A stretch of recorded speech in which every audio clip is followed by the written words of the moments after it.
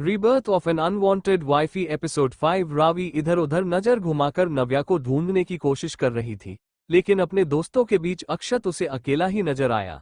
नव्या कहीं भी नजर नहीं आई तो वह काफी परेशान हो गई। उसने अपने आप से ही बात करते हुए कहा, नव्या कहाँ चली गई? अभी तो यहाँ पर ही थी। अक्षत के साथ ही तो देखा था मैंने उसे, और अब तो अक्षत अकेला है। इसका मतलब नव्या भी अकेली होगी। कहाँ जा सकती है वह? इतना बोलते हुए रावी घबराकर नव्या को इधर उधर ढूंढने लगी, लेकिन उसे वहां पर क्लब में कहीं भी नजर नहीं आई। वो क्लब भी नया था, वहां पर इतनी ज्यादा भीड़ नहीं थी और वो काफी एक्सपेंसिव था। वहां पर सिर्फ अमीर घर के लोग ही आ सकते थे, इसलिए वहां पर इतनी ज्यादा भीड़ नहीं थी। साइड में खड़ी हुई रावी को भी काफी दूर तक नजर आ रहा था और नव्या उसे कहीं भी नजर नहीं आ रही थी। वो परेशान हो गई क्योंकि नव्या ऐसे अकेले कहीं भी नहीं जाती थी। रावी ने खुद से बात करते हुए अपने मन में कहा, शायद हो सकता है वॉशरूम में गई हो। ये सोचकर वो सीधा वॉशरूम की तरफ बढ़ गई और वहां पर जाकर भी उसने नव्या को ढूंढा, लेकिन नव्या उसे वहां पर भी कहीं नजर नहीं आए। रावी जब वॉशरूम से वापस डांसिंग एरिया के पास आए, तब तक अक्षत भी वहां से जा चुका था। रावी ने सोचा, अक्षत सर भी यहाँ पर नहीं है। पहले नव्या गायब हुई और अब अक्षत सर भी। आई होप दोनों साथ में हो और सब ठीक हो। रावी को पता नहीं क्यों कुछ अजीब सी फीलिंग आ रही थी। ऐसा लग रहा था जैसे कुछ बुरा होने वाला है, इसीलिए वो इतना ज्यादा परेशान होकर नव्या को ढूंढ रही थी। उसे ये भी पता था कि नव्या को ऐसी जगह पर आना पसंद नहीं है। वो ऐसी जगह पर अकेले तो कहीं भी नहीं जाएगी क्योंकि वो क्लब और पार्टी एंजॉय ही नहीं करती थी। वो अक्षत के कहने पर ही यहाँ आई थी। उसने खुद भी तो उसे आने को कहा था। टेंशन में अपने नाखून कुतरते हुए रावी इधर उधर देख ही रही थी कि तभी पीछे से किसी ने उसके कंधे पर हाथ रखा। उसने चौंक कर पीछे देखा, वहां पर अक्षत खड़ा हुआ था। रावी ने अक्षत को देखकर थोड़ी राहत की सांस लेते हुए कहा, अक्षत सर, नव्या कहाँ है? आपको पता है क्या? मैं कब से उसे ढूंढ रही हूँ, लेकिन वह मुझे कहीं भी नहीं मिल रही। अक्षत थोड़ा बहुत हल्के से नशे में था, लेकिन जैसे ही रावी ने परेशान होते हुए उसके बारे में बताया तो अक्षत ने भी थोड़ा सा परेशान होते हुए तुरंत ही पूछा, क्या मतलब है कहीं नहीं मिल रही? और मैं तो तुमसे भी नव्या के बारे में ही पूछने आया था। मुझे लगा शायद तुम्हें बताकर कहीं गई हो। उसके इस सवाल पर रावी ने नहीं में अपना सिर हिला दिया और कहा, नहीं, मैं खुद इतनी देर से नव्या को ही ढूंढ रही हूँ, कहीं नहीं दिख रही मुझे। पहले मुझे लगा आपके साथ होगी, लेकिन आप भी इतनी देर से अकेले थे, इसीलिए मुझे इतनी टेंशन हो गई। रावी को तसल्ली देते हुए अक्षत ने कहा, कोई बात नहीं, परेशान मत, हो सकता है वो वॉशरूम गई हो, एक बार वहां पर भी चेक कर लेते हैं।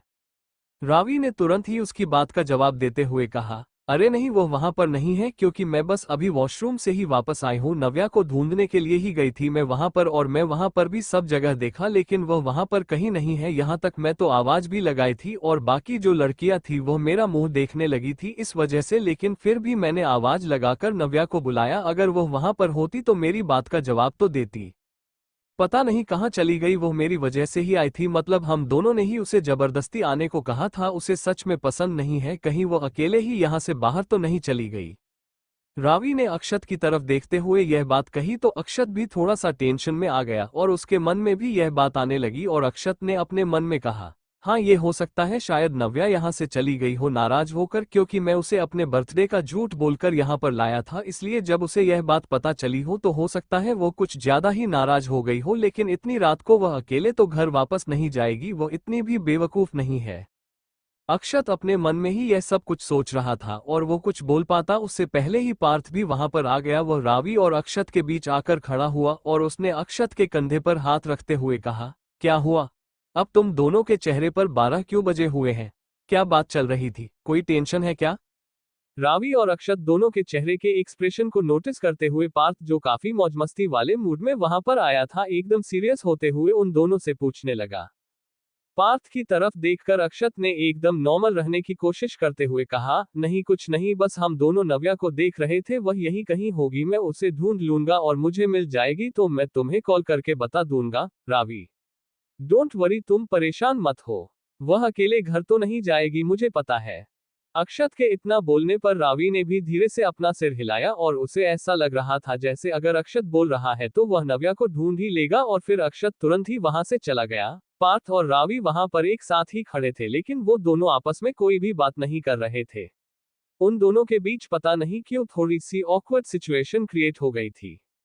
वहीं दूसरी तरफ अक्षत इधर उधर चारों तरफ देखते हुए वो उस नाइट क्लब में सब तरफ नव्या को ही ढूंढ रहा था।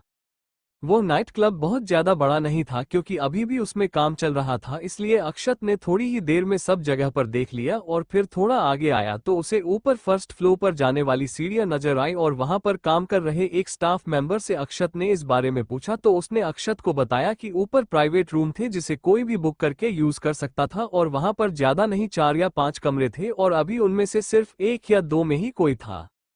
ये भी स्टाफ मेंबर ने ही उसे बताया और इतना बात कर वो स्टाफ मेंबर वहां से चला गया।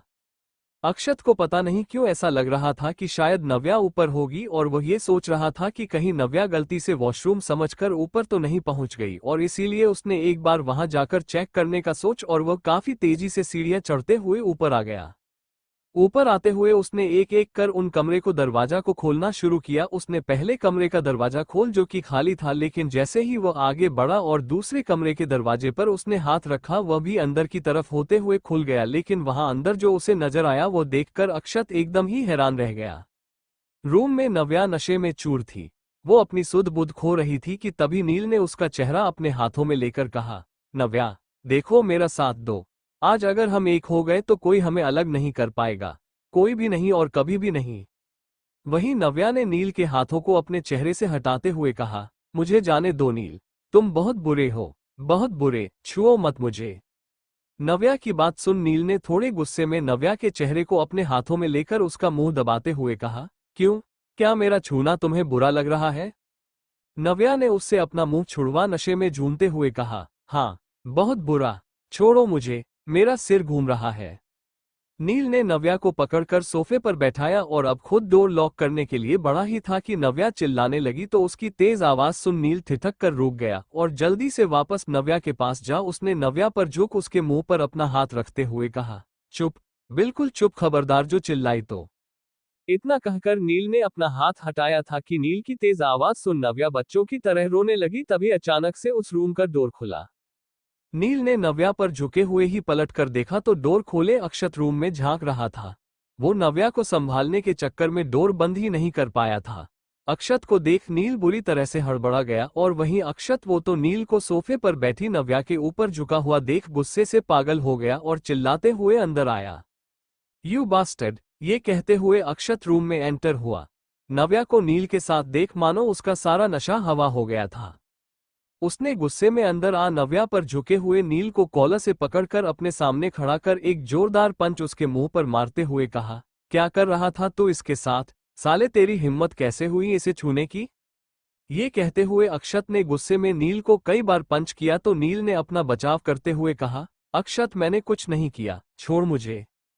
इतना कहकर नील ने एक झटके के साथ अक्षत को दूर धकेला और फिर अपने होठों पर लगी चोट को सहलाते हुए अक्षत से कहा, और अगर मैं कुछ करूंगा भी ना तो नव्या को कोई प्रॉब्लम नहीं होगी, क्योंकि मैं उसका बॉयफ्रेंड हूं।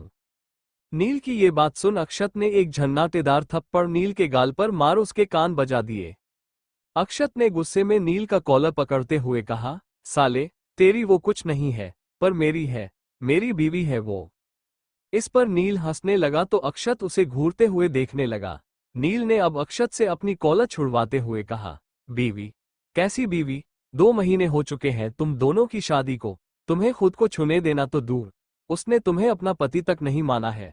वो सिर्फ मुझसे प्यार करती है, तभी तो मेरे साथ जाना चाह रही थी। अक्षत नील की बातों को सुन अब बहुत गुस्से में आ गया था और उसने एक के बाद एक नील में मुके बरसाते हुए पूछा, किसने कहा कि नव्या मुझे अपना पति नहीं मानती? नील हंसा और उसने अपना गाल पकड़ते हुए कहा, अगर मानती तो तुम्हें तुम्हारा हक देती, पर उसने तो तुम्हें कभी खुद को छूने तक नहीं दिया। ये बात मुझे खुद नव्या ने बताई है। नील की बात सुन अक्षत हैरान हो गया तो नील ने अब आगे कहा, क्योंकि ये हक वो मुझे देगी। नील का ये कहना भर था कि अक्षत ने एक बार फिर उसे पीटते हुए घसीटा कि तभी सोफे पर एक तरफ लुढ़की हुई नव्या फुसफुसाई, अक्षत, आप कहाँ हैं? नव्या की आवाज सुन नील को मारता हुआ अक्षत रुक गया और नील को छोड़ जल्दी से नव्या के पास जा पहुंचा। उसने नव्या को अपनी बाहों में समेट उसका गाल थपथपाते हुए कहा, नव्या, हे नव्या, ओपन योर आइज। नव्या ने अपनी आंखें खोल एक नजर अक्षत को देख वापस से अपनी आंखें बंद करते हुए पूछा, कहाँ चले गए थे आप? इस पर अक्षत ने नाराज होते हुए कहा, मैं या तुम, वो तुम थी जो अचानक से गायब हो गई थी। अक्षत ने नव्या से अभी इतना कहा ही था कि पीछे जमीन पर पड़ा हुआ नील अब उठा और सब छोड़ खुद को बचाता हुआ वहां से भाग निकला कि उसके जाते ही अक्षत ने पलटकर देखा, पर तब तक वो जल्दी से निकला तो अक्षत ने फिलहाल उसे इग्नोर करते हुए नव्या को संभाला और उसे आहिस्ता से नीचे लेकर आया। उसने बार में बैठे वेटर से कहा, 1 लेमन प्लीज। नव्या की हालत देख और बार बार उसे अपना सिर पकड़ते हुए देख अक्षत समझ चुका था कि नव्या की ड्रिंक किसी न स्पाइक की थी। अक्षत ने नींबू मिलते ही नव्या को देते हुए कहा, इसे सक करो तो सिर दर्द गायब हो जाएगा। अक्षत की बात सुन नव्या ने बच्चों की तरह खुश होते हुए पूछा, सच्ची? अक्षत ने हाँ में सिर हिलाया तो नव्या ने दोनों हाथों से ताली बजा दी। उसका ये पागलपन देख अक्षत ने अपना सिर झटका और जल्दी से नव्या का मुंह पकड़ उसके होठों के पास नींबू रखते हुए कहा, सक करो नव्या। नव्या ने नींबू सक कर उसे बाहर फेंकते हुए कहा, आह खट्टा, खट्टा है बहुत। अक्षत ने नव्या को पकड़ते हुए कहा, पता है, फिर भी करो। तो नव्या चिल्लाई, नहीं, और आप छोड़ो मुझे, मुझे डांस करना है। नव्या की बात सुन अक्षत ने हैरान होते हुए पूछा, क्या डांस? और वो भी तुम? नव्या ने हाँ में सिर हिलाया और जल्दी से डांस फ्लो की तरफ भागी तो अक्षत भी उसके पीछे भागते हुए चिल्लाई, नवू प्लीज मेरी बात सुनो। नव्या ने खुशी से एक बार फिर ना में सिर हिलाया और अब डांस फ्लो पर पहुंच सबके साथ डांस करने लगी। ये देख अक्षत जल्दी से उसे पकड़ कर लाया और उसने नव्या से कहा, तुम ऐसे सबके साथ डांस नहीं कर सकती। उसकी बात सुन नव्या चिल्लाई, क्यों? नशे की हालत में ये नव्या तो मानो कोई और नव्या थी। इतनी लंबी जुबान पता नहीं कैसे हो गई थी उसकी, जो वो बस जो मुंह में आए बोले जा रही थी। इधर रावी और पार्थ अक्षत और नव्या को ढूंढते हुए इधर उधर भटक रहे थे कि तभी रावी की नजर दूर जाते निकल नील पार पड़ी। नव्या एक बार फिर सबके साथ डांस कर रही थी और इधर अक्षत उसने अब परेशान होकर हाथ में पकड़ा नींबू फेंका और अपने लिए एक ड्रिंक बनाने को बोल सामने नव्या को घूरते हुए कहा, वैसे इसको मेरे साथ डांस करने में प्रॉब्लम हो रही थी और अब देखो। अक्षत का ड्रिंक रेडी हुआ तो उसने एक बार में ही उसे खत्म कर वेटर को दूसरा ड्रिंक बनाने को कहा, पर जैसे ही उसने ये कहा तो उसे दिमाग में कुछ खटका और उसने जल्दी से वेटर को मना करते हुए कहा, रहने दो। इतना कहकर उसने अपनी आंखें बंद की और अपने मन में ही सोचा कि वो क्या कर रहा है, अगर उसने ज्यादा ड्रिंक कर ली तो नव्या को कौन संभालेगा। उसने सर झटका और जल्दी से लोगों के बीच डांस करती नव्या को देखा तो पाया कि अब कुछ लड़के उसके पास आकर डांस करते हुए नव्या को छूने की कोशिश करने लगे थे। ये देख अक्षत ने अपनी मुट्ठी भींच ली और वो उठा और उसने अगले ही पल भीड़ में जाकर नव्या के आगे खड़े हो उन लड़कों को पीछे कर गुस्से में घूरते हुए कहा, शी इज माइन। लड़के पीछे हटे तो अक्षत ने एक झटके में नव्या को अपनी गोद में उठा लिया। ये देख नव्या ने चिल्लाते हुए पूछा, अक्षत आप क्या कर रहे हो? छोड़ो मुझे, मैं डांस कर रही थी। Oh just shut up. इतना कहकर अक्षत ने नव्या को बाहर लाकर उसे अपनी कार के पास नीचे उतार कर कार अनलॉक की थी कि तब तक नव्या उससे दूर जा इधर उधर घूमने लगी। अक्षत ने उसे आसपास देखा तो वो नशे में झूलते हुए यहाँ वहां घूम रही थी। ये देख अक्षत ने अपनी आंखें भींचते हुए कहा, ओह गॉड, इसे क्या पिला दिया? अक्षत जल्दी से नव्या के पास गया और उसने नव्या को पकड़ते हुए गुस्से में उसे डांटते हुए कहा, कहाँ घूम रही हो? मैंने कहा नाम घर जा रहे हैं। उसके चिल्लाने पर नव्या ने छोटे बच्चों की तरह रोते हुए कहा, अक्षत आप हमेशा मुझ पर गुस्सा क्यों करते रहते हैं? आप बहुत बुरे हैं। इस पर अक्षत ने उसे अपने साथ खींचते हुए कहा, हाँ हूं मैं बुरा, अब चलो चुपचाप। इस पर नव्या ने अपना हाथ छुड़ाते हुए कहा, नहीं, और वो एक बार फिर इधर उधर भागने लगी। ये देख अक्षत उसके पीछे भागा और उसने एक बार फिर उसे पकड़ा तो नव्या ने कहा, अक्षय मुझे कुछ हो रहा है, कुछ तो गड़बड़ है। अक्षत ने नव्या की बातों को सुन अब अगले पल उसे अपने कंधे पर उठा लिया। तो नव्या चिल्लाई, अक्षत कहाँ ले जा रहे हैं? तो अक्षत ने प्यार से कहा, घर। इतना कहकर उसने कार के पास लाकर नव्या को उतारा और जल्दी से कार का डोर ओपन कर नव्या को उसमें बैठा दिया। वो जाकर ड्राइविंग सीट पर बैठा तो नव्या ने एकदम से उसके बैठते ही उसके करीब होते हुए पूछा, आप मुझसे इतना चिढ़ते क्यों हैं? क्या मैं इतनी बुरी हूं? नव्या के इस सवाल पर अक्षत उसकी नशे से बोझिल होती आंखों में देखने लगा कि तभी उसके फोन पर पार्थ का कॉल आया तो उसने कॉल पिक करते हुए कहा, हाँ। तो पार्थ ने कहा, क्या हाँ, कहाँ हो तुम दोनों? इस पर अक्षत ने उससे कहा, सुबह बात करते हैं, मैं घर जा रहा हूँ। नव्या मेरे साथ है, और हाँ सुन ले तू, मैं अब इस नील को छोड़ूंगा नहीं। अक्षत की बात सुन पार्थ ने उससे पूछा, क्यों, क्या हुआ? पर तब तक अक्षत ने कॉल कट कर दिया। पास खड़ी रावी ने उससे पूछा, क्या हुआ? तो पार्थ ने कहा, वो दोनों चले गए। ये सुन रावी चिल्लाई, क्या, मुझे अकेला छोड़कर? रावी की बात सुन पार्थ ने कहा, मैं तुम्हें छोड़ देता हूं। रावी ने उसकी बात सुन मना किया तो पार्थ ने कहा, ठीक है फिर आ जाना अकेले, मैं चलता हूं। इस पर रावी ने जल्दी से उसे रोकते हुए कहा, अकेले अकेले मैं कैसे जाऊंगी? पार्थ ने ये सुन चिढ़ते हुए पूछा, क्या तुम पागल हो? दूसरी तरफ अक्षत कुछ ही देर में नव्या को लेकर घर पहुंच गया। वो उसे अपनी गोद में उठाकर चुपचाप रूम में लेकर आया तो नव्या ने धीरे से पूछा, घर में इतनी शांति क्यों है भाई? आपकी वो डायनासोर मॉम कहाँ चली गई?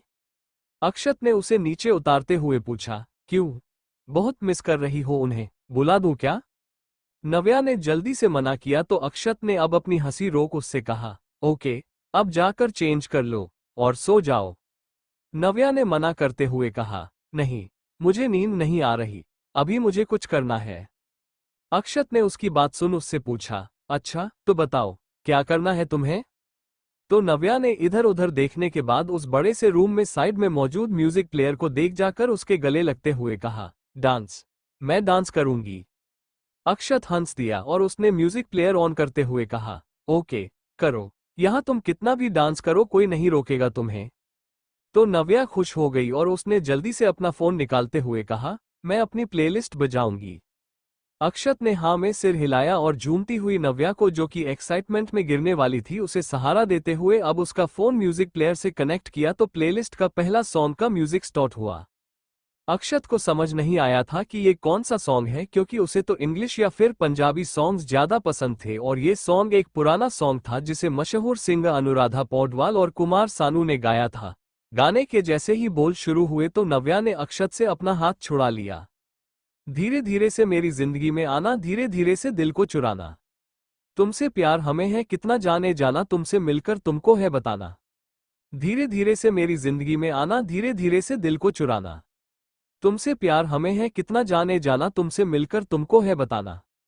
नव्या पर अब भी नशा तारी था। गाने को सुन डांस करने की बजाय वो झिलमिल होती अपनी आंखों से अक्षत को देखने लगी। वहीं अक्षत खुद गाने को सुन अपनी जगह पर रुक गया और उसने कहा, सॉन्ग चेंज कर देता हूं।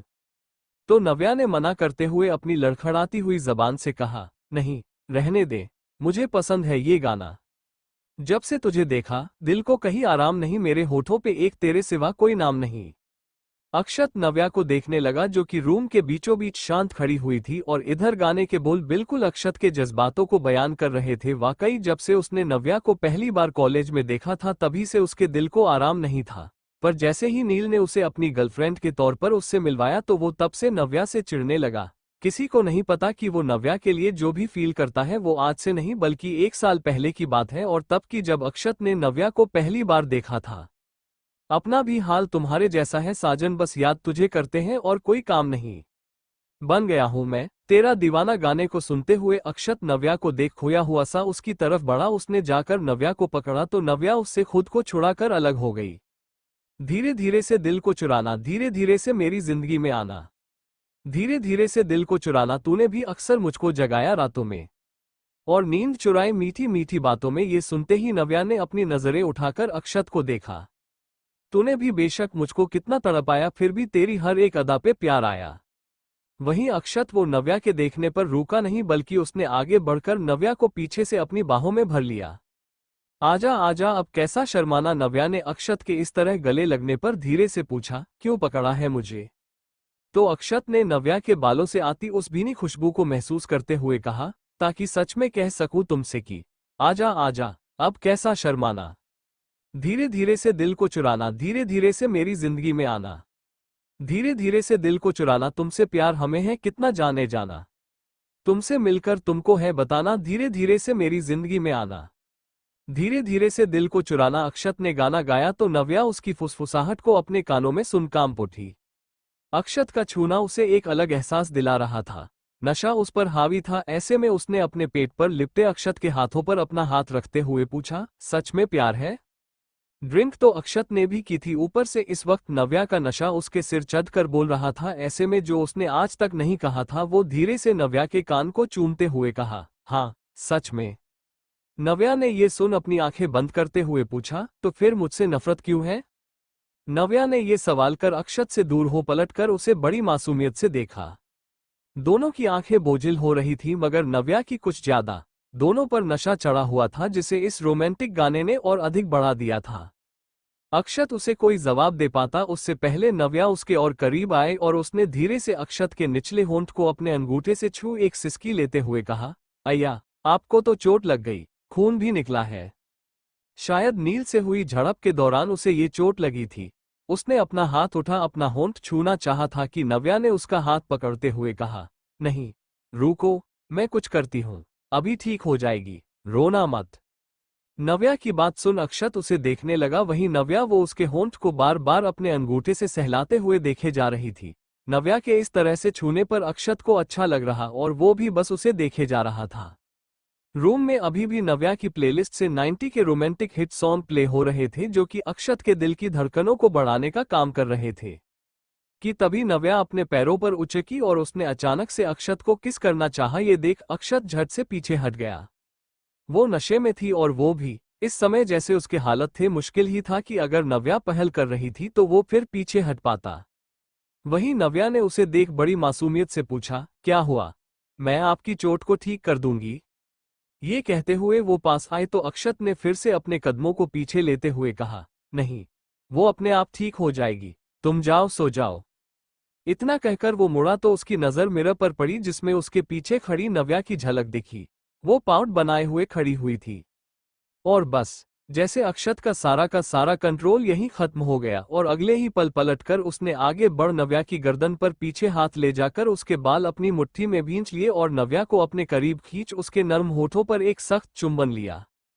वो नव्या के होठों को बड़ी ही जोर से चूमने लगा। वहीं नव्या ने इस वक्त उसकी शर्ट को अपनी दोनों मुट्ठी में भींच लिया। नव्या को किस करते हुए ही उसने अब उसके बालों से रबर बैंड निकाल उसके सुंदर बालों को खोल दिया और अभी भी उसके निचले होंठ को चूमना जारी रखा।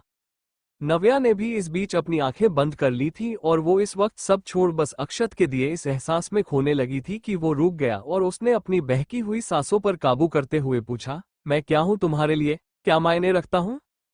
अक्षत को इस वक्त नील की कही बातें याद आ गई थी तो वो बीच में ही रुक गया और उसने नव्या से सवाल किया तो नव्या ने उसे देखते हुए उसके कंधे पकड़ लिए और अगले ही पल उसके गले में अपनी बाहों का हार डाल उसके गले लगी तो अक्षत ने उसकी पीठ को अपने हाथों से सहला उसके गले को चूमते हुए पूछा, बोलो, जवाब दो, क्या मेरा तुम पर कोई हक नहीं? नव्या अक्षत की बात सुन उससे अलग हुई और उसने धीरे से अपनी बोझिल होती आंखों से उसे देखते हुए कहा, हक है। अक्षत ने उसे बाजुओं से पकड़ते हुए पूछा, सच? नव्या ने हाँ में सिर हिलाया तो अक्षत ने उसे खींचकर अपनी बाहों में भर लिया। नव्या उसकी इस हरकत पर चिल्लाई, आह, ये बहुत टाइट हग है। अक्षत ने ये सुन उसे छोड़ उसके चेहरे को अपने हाथों में लेकर कहा, ओह सॉरी सॉरी। नव्या उसकी इस हरकत पर हंस दी और अब उसने उसे दूर धकेला और वो रूम में हंसते हुए अक्षत से दूर भागी तो अक्षत ने उसके पीछे जाते हुए कहा, बताता हूं तुम्हें, मुझे छेड़ रही हो? नव्या हंसते हुए कभी सोफे के पीछे, कभी पर्दों के पीछे तो कभी टेबल के पीछे से होते हुए भाग रही थी कि तभी अक्षत ने उसे एक झटके में पकड़ पीछे से अपनी बाहों में भरकर कहा, अब कैसे बच पाओगी? नव्या खिलखिलाई तो उसकी खिलखिलाहट और चेहरे पर मुस्कुराहट देख अक्षत ठहर गया और आगे झुककर बड़े प्यार से नव्या को मुस्कुराते हुए देखने लगा। तभी कुछ सोचते हुए उसने नव्या के गाल को चूमते हुए कहा, हमेशा ऐसे ही क्यों नहीं मुस्कुराती? मुझे तुम्हारी ये मुस्कुराहट बहुत पसंद है।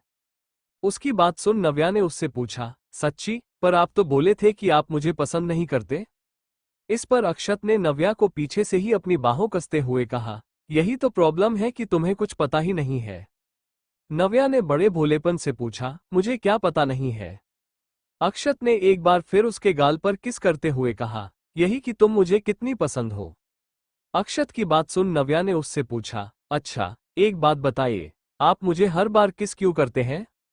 इस पर अक्षत ने नव्या के गाल को फिर से चूमते हुए कहा, तुम्ही ने तो कहा कि मुझे हक है। नव्या ने मासूमियत से पूछा, मैंने कहा? तो अक्षत ने हाँ में सिर हिलाया। नशा तो उसे भी था पर नव्या से कम उसे होश था कि वो क्या कह रहा है, क्या कर रहा है।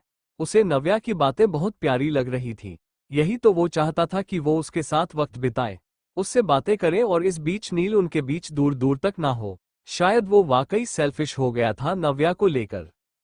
वहीं नव्या उसे कोई होश नहीं था कि वो क्या कह रही है, क्या कर रही है। पर एक सच ये भी था कि उसे अक्षत की करीबी अच्छी लग रही थी। उसका दिल तेज धड़क रहा था, फिर भी वो अक्षत को खुद से दूर नहीं जाने देना चाहती थी। अक्षत ने अब उसके बालों को एक साइड करते हुए उसके कान को चूमा तो नव्या को झुरझुरी महसूस हुई। उसने अपने पेट पर कसे अक्षत के हाथों पर पकड़ मजबूत की तो अक्षत उसके कान को चूमते हुए उसके गले से होकर उसके कंधे पर जा रुका। नव्या की सांसें कुछ और तेज होने लगी और इसी के साथ उसका सीना ऊपर नीचे होने लगा, जिस पर अगले ही पल अक्षत ने नव्या से अपना हाथ छुड़ा उसे छुआ तो नव्या धीरे से फुसफुसाई, अक्षत। मगर अक्षत ने उसे कुछ जवाब देने के बदले अगले ही पल उसे अपनी गोद में उठा लिया और उसे लेकर बेड की तरफ बढ़ा। उसने नव्या को आराम से बेड पर बिठाया और खुद उस पर झुक उसने नव्या के गले पर अपने होंठ रखे तो नव्या ने एक बार फिर कसकर अपनी आंखें भींच ली। उसे अपनी कमर पर अक्षत के हाथों का एहसास हुआ। वहीं अक्षत ने नव्या के कान में फुसफुसाते हुए कहा, आई वॉन्ट यू। नव्या ने उसके इस तरह गले को चूमने पर एक आह भरी तो अक्षत ने उससे पूछा, कुछ बोलो। तो नव्या ने उससे सवाल पूछा, वाई। इस पर अक्षत ने कहा, बिकॉज आई एम आस्किंग। नव्या को सच में कोई होश नहीं था, इसलिए वो अक्षत की बात का मतलब समझ नहीं पा रही थी, पर खुद पर झुके अक्षत की सांसों को अपने चेहरे पर महसूस करते हुए वो मदहोश हो रही थी। ना जाने उसे क्या हुआ और उसने अगले ही पल अक्षत को अपनी बाहों में भर लिया और अक्षत उसने इसे उसकी मंजूरी समझ खुशी से उसे अपनी बाहों में भर लिया। वो उसकी है और उसकी ही रहेगी, ये वो शायद उसे अपना बनाकर खुद को यकीन दिलाना चाह रहा था। अक्षत ने नव्या को ठीक से लिटाया और खुद भी अब उसके करीब ही लेट गया। उसने रूम की लाइट भी ऑफ कर दी। अब थी तो सिर्फ नाइट बल्ब की रोशनी, जिसमें वो अपने करीब लेटी हुई नव्या को देख पा रहा था। वो झुका और एक बार फिर उसका निशाना नव्या के होंठ थे। उसने अपने होठों से उसके होठों को छूकर उसे एक बार फिर से चूमा तो इस बार नव्या ने भी अपना हाथ बढ़ाकर उसके बालों में डाल उसे वापस किस किया। दोनों एक दूसरे को किस करते हुए एक दूसरे को अपने हाथों से छूकर महसूस करने लगे कि तभी अचानक से वो रुका और उसने नव्या को छोड़ अब एक एक कर अपनी शर्ट के बटन्स खोल अपनी शर्ट को उतार फेंका। उसने एक नज़र बेड पर लेटी हुई नव्या को देख एक बार फिर उससे पर झुकते हुए अब की बार नव्या में गले को चूमा तो नव्या ने एक बार फिर से आह भरी और उसने धीरे से पूछा, अक्षत, आप हमेशा मेरे साथ रहेंगे? तो अक्षत ने रुक कर नव्या के चेहरे को अपने हाथों में लेकर कहा, हमेशा। नव्या झट से उसके गले लग गई और उसने अक्षत के गाल को चूमा तो अक्षत के हाथों ने भी अब नव्या की कमर तक का रास्ता तय कर उसके जीन्स के बटन को खोल दिया। दोनों ही इस समय मदहोश हो चुके थे। नव्या नशे की वजह से मदहोश हो चुकी थी और अक्षत नव्या की खुशबू से। धीरे धीरे नव्या और उसके बीच कब्जों की दीवार हटी तो अक्षत नव्या की सुंदरता को बस एक तक देखता रह गया। वे दोनों ही अब तक बहुत आगे बढ़ चुके थे, जहां से पीछे हटने का अब सवाल ही नहीं था। अक्षत ने नव्या को देखते हुए उसे छुआ और अगले ही पल उसे अपनी आगोश में भरकर अब अपने होठों से उसे छूने लगा। दोनों सबसे बेखबर एक दूसरे में खो चुके थे। अक्षत के हाथ लगातार हरकत कर रहे थे और उसके होंठ नव्या के गले पर हरकत कर रहे थे। वो उसे बहुत प्यार से चूम रहा था, उसके महकते बदन को अपने होठों से सहला रहा था और नव्या वो भी उसकी हर एक छून पर पिघलती हुई उसके प्यार के समुद्र में डूबती जा रही थी। उसका दिल अक्षत की हर एक छून पर अलग लय पकड़ रहा था और वो इस सब से एक सुखद एहसास महसूस कर रही थी। एक बार फिर दोनों के होंठ मिले और अक्षत ने उसके नाजुक हाथों को पकड़ अब उसकी नाजुक कलाइयों को अपने सख्त हाथों में जकड़ लिया। आज नव्या उसके शहर में बंद कर पूरी तरह से जकड़ गई थी। सुबह के समय नव्या की आंख खुली तो उसका सिर बहुत भारी हो रहा था और उसे अपनी आंखें खोलने में तकलीफ हो रही थी। उसने धीरे से अपनी आंखें खोली तो आंखों के सामने सीलिंग को देख उसने एक बार फिर अपनी आंखें बंद कर ली कि तभी उसे एहसास हुआ कि कुछ था भारी सा जो उसके पेट पर रखा हुआ था। उसने अपना हाथ उठाकर उसे छुआ तो ये किसी का भारी मर्दाना हाथ था, जिसे छूते ही नव्या ने पलटकर अपने बगल से देखा तो ये अक्षत था जो कि पेट के बल लेटा हुआ था और एक हाथ से उसे अपनी मजबूत बांह से थामे हुए था। नव्या ने धीरे से उसका हाथ हटाया कि कुछ हुआ, कुछ महसूस हुआ, जिसका एहसास होते ही उसने झट से एक सरसरी निगाह खुद पर डाल अक्षत पर डाली तो मानो उसकी सांस उसकी हलक में अटक कर रह गई। वो घबरा गई खुद को और अक्षत को ब्लैंकेट के अंदर बिना कपड़ों का पाकर और इसी के चलते वो हड़बड़ा कर उठी थी कि पूरे बदन में दर्द की अकड़न की एक लहर दौड़ गई और उसने सिसकते हुए अपने पेट के निचले हिस्से को पकड़ लिया। उसे अब समझने में देर नहीं लगी थी कि उसके साथ क्या हुआ था, इसलिए वो रो पड़ी और खुद को ब्लैंकेट से कवर करते हुए उठी कि उसकी हलचल से अक्षत की नींद खुली और वो फुसफुसाया, नव्या। अपना नाम सुनकर ही नव्या कांप उठी और उसने अपने एक हाथ से ब्लैंकेट संभाल दूसरे हाथ से अपना मुंह बंद कर लिया क्योंकि उसकी रुलाई फूट पड़ी थी। वहीं उसके सिसकने की आवाज सुन अक्षत ने अपनी आंखें खोली जिनमें अभी भी नींद थी, मगर जैसे ही उसकी नजर अपने बगल में बैठी रोती हुई नव्या पर पड़ी तो जल्दी से उठकर बैठ गया और उसने नव्या के चेहरे को अपने हाथों में लेकर उससे पूछा, क्या हुआ, रो क्यों रही हो? नव्या को उसके हाथों को नागवारी से दूर झटकते हुए कहा, छुओ मत मुझे। अक्षत ने उसकी बात सुन हैरान होते हुए पूछा, क्यों? इतना कहकर वो उसके करीब हुआ तो नव्या ब्लैंकेट अपनी मुट्ठी में भींचे हुए ही पीछे हटी और उसने एक बार फिर नफरत से कहा, कहा ना दूर हटो। आखिर कर ली ना आपने अपने मन की, यही सब करना चाहते थे ना आप? अक्षत ने हैरान होते हुए नव्या को देख उससे पूछा, क्या कह रही हो? पहले तो रोना बंद करो। नव्या ने रोते हुए कहा, नहीं, दूर रहो मुझसे। आज सच में नफरत हो गई है मुझे आपसे। अपनी हवस मिटाने के लिए आप इतना गिर जाएंगे ये मैंने कभी नहीं सोचा था। इतना गंदा खेल खेला आपने मेरे साथ। मुझे शराब पिलाकर ये सब किया आपने मेरे साथ। इतने कैसे गिर गए आप? ये कहते हुए वो फूट फूट कर रो पड़ी। वहीं उसकी बात सुन अक्षत ने बुरी तरह से चौंकते हुए कहा, क्या कहा तुमने? मैंने तुम्हें शराब पिलाई? नव्या ने अक्षत की बात सुन रोते हुए कहा, अब मुझे सब समझ आ रहा है। वो झूठ बोलकर आपका मुझे उस क्लब में ले जाना और फिर मेरी ड्रिंक स्पाइक करना। नव्या बोल ही रही थी कि अक्षत ने उसे उसके बाजुओं से पकड़ अपने पास खींचते हुए कहा, तुम्हारा दिमाग खराब है, तुम्हें कुछ याद नहीं क्या?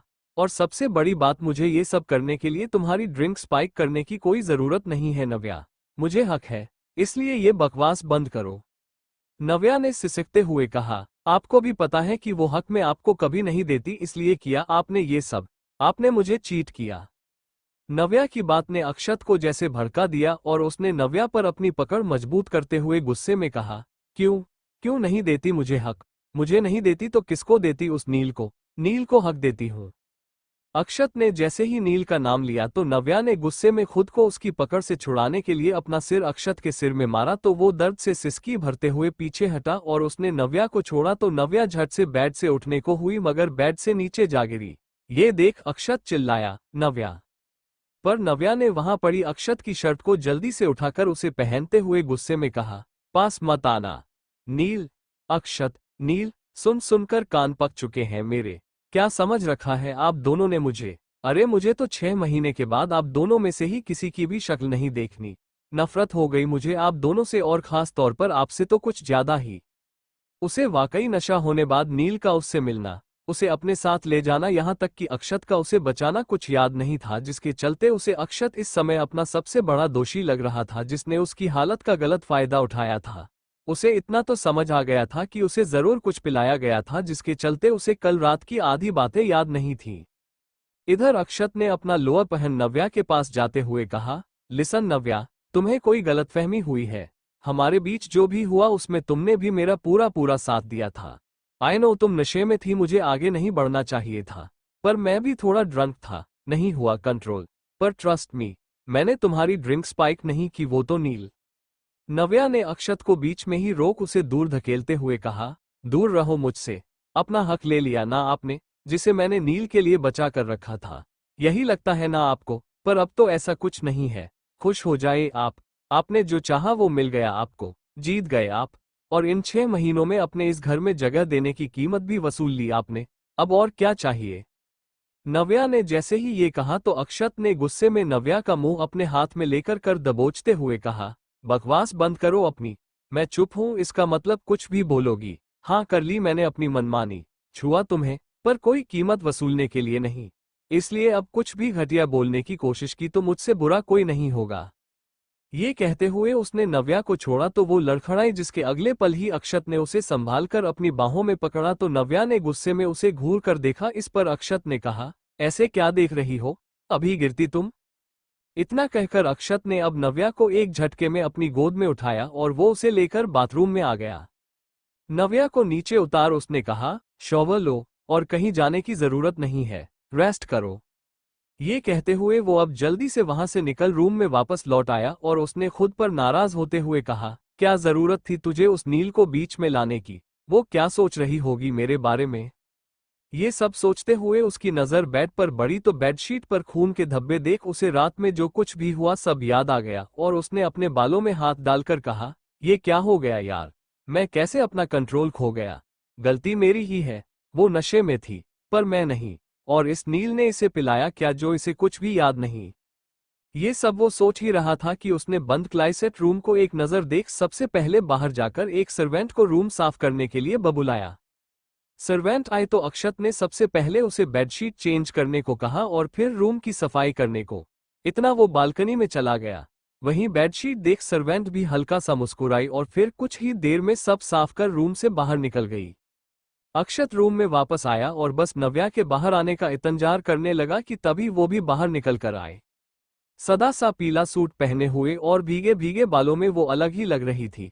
उसे देख अक्षत का मन तो किया कि बस उसे अपनी बाहों में भरकर चूम ले, पर नहीं। उसने अपनी सारी इच्छाओं को साइड कर नव्या से कहा, तुम रेस्ट करो, मैं ब्रेकफास्ट भी अभी हम दोनों के लिए ऊपर ही मंगवा लूंगा, बस फ्रेश होकर आता हूं। इतना कहकर वो जल्दी से बाथरूम में चला गया। वहीं नव्या उसकी आंखें एक बार फिर भर आई थी। उसे देखकर ही कोई बता सकता था कि वो अभी अभी कितना रोई है। तारानकन अक्षत पूरा रेडी होकर क्लोजेट से बाहर आया तो उसने देखा कि कमरे में कोई नहीं था। अभी थोड़ी देर पहले जब वह रेडी होने गया था तब नव्या कमरे में थी और अब वह वहां पर नहीं थी। अक्षत इधर उधर देखने लगा, लेकिन पूरे कमरे में कहीं भी उसे नव्या नहीं मिली। वॉशरूम में तो वह खुद था, इसलिए उसने बालकनी और बाकी सब जगह पर चेक किया। नव्या के इस तरह अचानक से गायब होने पर अक्षत ने अपने आप से कहा, कहाँ गायब हो गई यह लड़की, ऐसे अचानक से बिना बताए। अपने आप से इतना बोलकर अक्षत कमरे से बाहर आया और सीढ़ियां उतरते हुए उसने अपनी शर्ट के बटन ठीक से बंद किए। उसने अपने मन में कहा, जरूर नीचे होगी। इतना बोलते हुए खुद को समझाता हुआ अक्षत सीढ़ियां उतरकर नीचे आया। लिविंग एरिया में उसने देखा कोई नहीं था, फिर डाइनिंग एरिया की तरफ गया। वहां उसकी फैमिली के सारे लोग एक साथ बैठकर ब्रेकफास्ट कर रहे थे। उसके डैड, भैया, भाभी, मॉम सब लोग वहां पर थे और दादाजी शायद नाश्ता कर चुके थे, इसलिए वो रोज की तरह लिविंग एरिया में बैठकर अखबार पढ़ रहे थे। नव्या के अलावा अक्षत को सारे लोग नजर आ गए। वो अभी सिर्फ और सिर्फ नव्या का चेहरा देखना चाहता था और उसे वहां पर देखना चाहता था, लेकिन वह वहां नजर नहीं आई। वो काफी परेशान हो गया। जब उसे नव्या वहां पर नहीं दिखी तो वो समझ गया कि वह वहां पर नहीं है, लेकिन फिर भी पता नहीं क्यों उसने एक बार पूरे घर में उसे इधर उधर नजर दौड़ाकर ढूंढना शुरू किया। तभी उसके कानों में दादाजी की आवाज पड़ी, किसे ढूंढ रहा है और नव्या कहाँ है, आज मुझे दिखाई ही नहीं दी। दादाजी की बात सुनकर अक्षत ने कहा, हाँ, मैं भी बस उसे ही देख रहा था। अक्षत समझ गया कि नव्या यहाँ पर नहीं है, क्योंकि अगर वह यहाँ होती तो कम से कम दादाजी से तो मिली होती और उन्हें नव्या के बारे में पता होता। पूरे घर में नव्या सिर्फ दादाजी से ही बात करती थी और दादाजी भी उससे काफी खुश रहते थे। बाकी घरवाले तो अक्षत और नव्या दोनों से ही नाखुश रहते थे। इसीलिए अक्षत ने किसी से नहीं पूछा और चुपचाप ही घर से बाहर निकलने लगा। पीछे से उसकी मॉम ने उसे नाश्ते के लिए आवाज लगाई, लेकिन अक्षत ने उनकी बात सुने बिना ही घर से बाहर निकल गया। बाहर आते ही उसने तुरंत अपना मोबाइल फोन निकाला और नव्या का नंबर डायल करने लगा। काफी देर तक रिंग होने के बाद भी दूसरी तरफ से कॉल रिसीव नहीं हुई तो अक्षत समझ गया कि नव्या उसका फोन रिसीव नहीं करने वाली है। उसे नव्या की फिक्र हो रही थी। उसे ऐसा लग रहा था कि कहीं गुस्से में वो कुछ उल्टा सीधा न कर ले या कहीं उसे छोड़कर न चली जाए। ये सब कुछ सोचकर उसका दिल घबरा रहा था। इसलिए उसने तुरंत ही अपनी कार ली और ड्राइव करता हुआ वहां से सीधा ऑफिस आ गया। ऑफिस में आने के बाद उसने इस बारे में सोचना शुरू किया कि आखिर नव्या के बारे में वो किससे और कैसे पता कर सकता है। तभी उसके दिमाग में एकदम से रावी का नाम आया। उसने तुरंत ही रावी का नंबर डायल कर दिया और रावी ने कुछ ही देर में उसका फोन कॉल रिसीव कर लिया। अभी कुछ दिनों पहले ही उन दोनों ने नंबर एक्सचेंज किए थे, इसलिए अक्षत के पास रावी का नंबर था और रावी ने भी अक्षत का नंबर उसके नाम से सेव कर रखा था। इसीलिए उसने अक्षत का नाम देखते ही कॉल रिसीव करते हुए कहा, हेलो सर, क्या हुआ, सब ठीक तो है ना, आपने मुझे कॉल किया। रावी को कुछ समझ में नहीं आ रहा था कि आखिर अक्षत उसे क्यों कॉल कर रहा है, इसलिए उसने कॉल पर पूछा। अक्षत ने कहा, हाँ रावी, सुनो, मुझे तुमसे नव्या के बारे में पूछना है। तुम्हें पता है वह कहाँ है, क्या वह तुम्हारे साथ है। अक्षत ने थोड़ा सा हिचकिचाते हुए यह बात पूछी। दूसरी तरफ से रावी ने अपने साइड में थोड़ी दूर पर बैठी नव्या की तरफ एक नजर देखा और कहा, हाँ वो मेरे साथ ही है, लेकिन आप ऐसे क्यों पूछ रहे हैं। रावी ने जैसे ही यह बात कही तो अक्षत को पता नहीं क्यों थोड़ी राहत महसूस हुई। ये सुनकर कि नव्या इस वक्त रावी के साथ कॉलेज में है, उसने कहा, हाँ, मैं पहले उसे ही कॉल कर रहा था, लेकिन उसने मेरी फोन कॉल रिसीव नहीं की। बस इसीलिए मुझे तुम्हें कॉल करना पड़ा। I hope you don't mind. Akshat ने काफी फॉर्मल होते हुए कहा तो रावी ने भी झट से कहा, अरे नहीं नहीं सर, कैसी बातें कर रहे हैं, मुझे क्यों बुरा लगेगा। और वह आपकी कॉल रिसीव नहीं कर रही है, उसका मूड भी थोड़ा खराब लग रहा है। आप दोनों के बीच में कोई बात हुई है क्या? मेरा मतलब है, कोई लड़ाई या फिर कोई ऐसी बात? रावी ने क्यूरियस होते हुए पूछा था तो अक्षत ने कहा, हाँ, वो हमारे बीच थोड़ी सी बहस हुई है। शायद इसी वजह से नव्या नाराज है और वो मुझे बिना बताए निकल गई। बस इसीलिए मैं पूछ रहा था कि वो कॉलेज गई है या फिर कहीं और। मेरा मतलब है, गुस्से में कहीं और तो नहीं चली गई, बस इसीलिए। अक्षत ने अपनी तरफ से सफाई देते हुए कहा। रावी ने पूछा, अच्छा, वैसे किस बात पर लड़ाई हुई आप दोनों की? क्योंकि उसका मूड बिल्कुल भी ठीक नहीं लग रहा है। वो मुझसे भी दूर बैठी हुई है और उसने मुझसे भी कुछ बात नहीं की अब तक। अक्षत ने जवाब देते हुए कहा, ये हम दोनों के बीच की बात है तो इसे हम दोनों के बीच ही रहने दो। रावी समझ गई कि वो पूरी बात डिटेल में नहीं बताने वाला। इसलिए फिर रावी ने भी दोबारा से इस बारे में कुछ भी नहीं पूछा और कहा, ठीक है, मैं उससे बात करने की कोशिश करती हूँ और आप भी उससे बाद में बात कर लेना। शायद थोड़ी देर बाद उसका गुस्सा कम हो जाएगा। रावी ने नव्या की तरफ देखते हुए कहा, जो थोड़ी की जस्ट अभी आई थी और कुछ दूरी पर बैठी हुई थी। इधर नव्या भी अभी अक्षत के बारे में ही सोच रही थी। उसके चेहरे पर गुस्सा और नाराजगी साफ नजर आ रही थी। फिर अक्षत से बात करके रावी ने कॉल डिस्कनेक्ट कर दी और वह नव्या के पास आए, उससे बात करने की कोशिश करने लगी। पर उसने हाँ हूं करने के अलावा उससे ज्यादा कुछ नहीं कहा। वहीं दूसरी तरफ ऑफिस में नव्या के बिना अक्षत का मन नहीं लग रहा था। उसे पता था कि अभी नव्या के आने में थोड़ा टाइम बाकी है, लेकिन उसे यह नहीं पता था कि नव्या कॉलेज तो चली गई है। वह कॉलेज से ऑफिस इंटर्नशिप के लिए आएगी या नहीं, इस बात को लेकर अक्षत को थोड़ा सा डाउट हो रहा था। उससे रहा नहीं गया और लगभग 1 घंटे के बाद ही उसने फिर से रावी का नंबर डायल कर दिया क्योंकि उसे पता था कि नव्या उसका कॉल रिसीव नहीं करेगी। अपने मोबाइल फोन पर दोबारा से अक्षत का कॉल आते देख रावी ने कहा, क्या हो गया है आज अक्षत सर को? लगता है कुछ बड़ी बात है, इतनी देर में दोबारा कॉल? अपने आप से इतना बोलते हुए रावी ने आखिर कॉल रिसीव कर लिया और मोबाइल फोन अपने कान से लगाते हुए कहा, हाँ सर, क्या हुआ?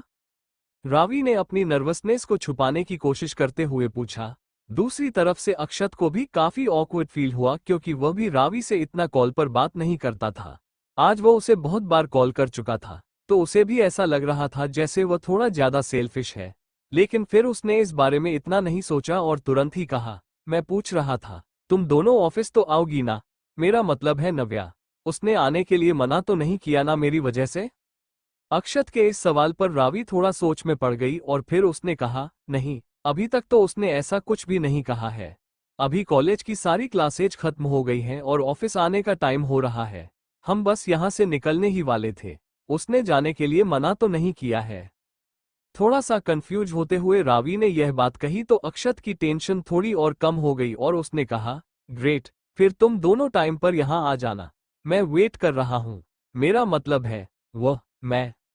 अक्षत के मुंह से अचानक ही निकल गया तो दूसरी तरफ से रावी ने कहा, ओके सर, कोई बात नहीं। आप अपनी वाइफ का वेट तो कर ही सकते हैं और हम दोनों आ जाएंगे। और अगर नव्या आने से मना करेगी या कुछ भी बात होगी तो मैं आपको कॉल करके इन्फॉर्म कर दूंगी। एक बहुत ही स्पोर्टिव फ्रेंड की तरह रावी ने अक्षत के बिना कुछ कहे अपनी तरफ से ही यह बातें बोली। अक्षत ने कहा, ओके, थैंक्स। फिर कॉल डिस्कनेक्ट कर दिया और उन दोनों के वहां पर आने का इंतजार करने लगा। कुछ सोचते हुए अक्षत इधर उधर देख रहा था। तभी उसकी नजर अपने टेबल पर पड़ी एक फाइल की तरफ पड़ी और वह फाइल उठाते ही अक्षत के चेहरे पर एक हल्की सी मुस्कुराहट आ गई। तुरंत ही वह फाइल लेकर अपने केबिन से बाहर निकल गया और सीधे मैनेजर मिस्टर श्याम के केबिन की तरफ बढ़ गया। अक्षत मिस्टर श्याम के केबिन के अंदर आया तो मिस्टर श्याम उसे अपने केबिन में आता देख तुरंत ही अपनी जगह से उठकर खड़े हो गए और उन्होंने अक्षत की तरफ देखकर कहा, अरे सर, आप यहाँ पर क्यों आ गए? आप मुझे बुला लेते ना, कोई भी काम था तो? मिस्टर श्याम के इस तरह से उठकर खड़े होने पर अक्षत ने कहा, अरे नहीं, ऐसा कोई काम नहीं है। बस मुझे तुमसे ये कहना था कि यह फाइल, इसे एक बार चेक करना है और तुम मत करना, मैं चाहता हूँ वो जो 2 नई लड़कियां आई हैं एज अ इंटर्न, उनमें से एक जिसका नाम नव्या है, तुम उसे ये फाइल चेक करने को बोलो और फिर उसे ही लेकर मेरे केबिन में आने के लिए बोल देना, वो भी आधे घंटे के अंदर ही। अक्षत ने थोड़ा दिमाग लगाते हुए यह बात सोची थी। यही बात उसने मिस्टर श्याम से कह दी तो अक्षत की बात सुनकर मिस्टर श्याम ने कोई बहस नहीं की और उन्हें लगा शायद अक्षत एक तरह से इंटर्नशिप वाले लोगों का टेस्ट लेना चाहता है, इसीलिए उन्हें ये काम दे रहा है। तो उन्होंने कहा, ओके ओके सर, ठीक है, मैं बोल दूंगा, वह आ जाएगी आपके केबिन में। इतना बोलते हुए मिस्टर श्याम ने अक्षत की बात मान ली और अक्षत के हाथ से वो फाइल ले ली। फिर अक्षत भी खुशी खुशी अपने केबिन में वापस आ गया। केबिन में वापस आने के बाद उसने टाइम देखा तो 2 बजे बजने वाले थे और रावी और नव्या 2 बजे तक वहां आ जाती थी। उनकी वही टाइमिंग थी। उसे पता था कि नव्या ऐसे उसके बुलाने पर नहीं आती, मगर वक्त के लिए तो उसे आना ही होगा, तब वो उसका मूड भी परख लेगा। कुछ टाइम बीता, अक्षत नव्या के बारे में सोच ही रहा था और उसने अपने आप से कहा, चलो सारा इंतजाम तो मैंने कर दिया है, तो अब जब नव्या यहाँ पर आएगी तो मैं उससे सारी बातें क्लियर कर लूंगा और कल जो कुछ भी हुआ था क्लब में उसे वो सब बता दूंगा और उस नील की घटिया साजिश के बारे में भी सब बता दूंगा। इतना बोलते हुए अक्षत वहीं अपनी चेयर पर आराम से बैठा हुआ था। तभी उसके केबिन का दरवाजा खुला और अक्षत का ध्यान उसकी तरफ हुआ। किसी को केबिन से अंदर आते देख वो अपनी चेयर से उठकर खड़ा हो गया और तभी सामने से अहाना अंदर आई। वो बहुत ही ज्यादा खुश लग रही थी और एकदम ही आकर सीधा अक्षत के गले लग गई। अक्षत के गले लगे हुए ही अहाना ने खुश होकर कहा, I did it Akshat, I did it finally and today I am very happy. Akshat अचानक उसके इस तरह आकर गले लगने पर शॉक हो गया था कि तभी उसका ध्यान अपने केबिन के डोर पर गया। डोर पर खड़ी नव्या को देख अक्षत ने उससे कहा, कम इन। तो नव्या धीरे से चलकर अंदर आए तो उसे देख अहाना ने कहा, अक्षत, इसको बाद में आने को कहो, मुझे तुमसे हमारी एक बहुत इंपॉर्टेंट मीटिंग के बारे में डिस्कशन करना है। अक्षत कुछ कह पाता उससे पहले ही नव्या ने कहा, मैं बाद में आती हूं।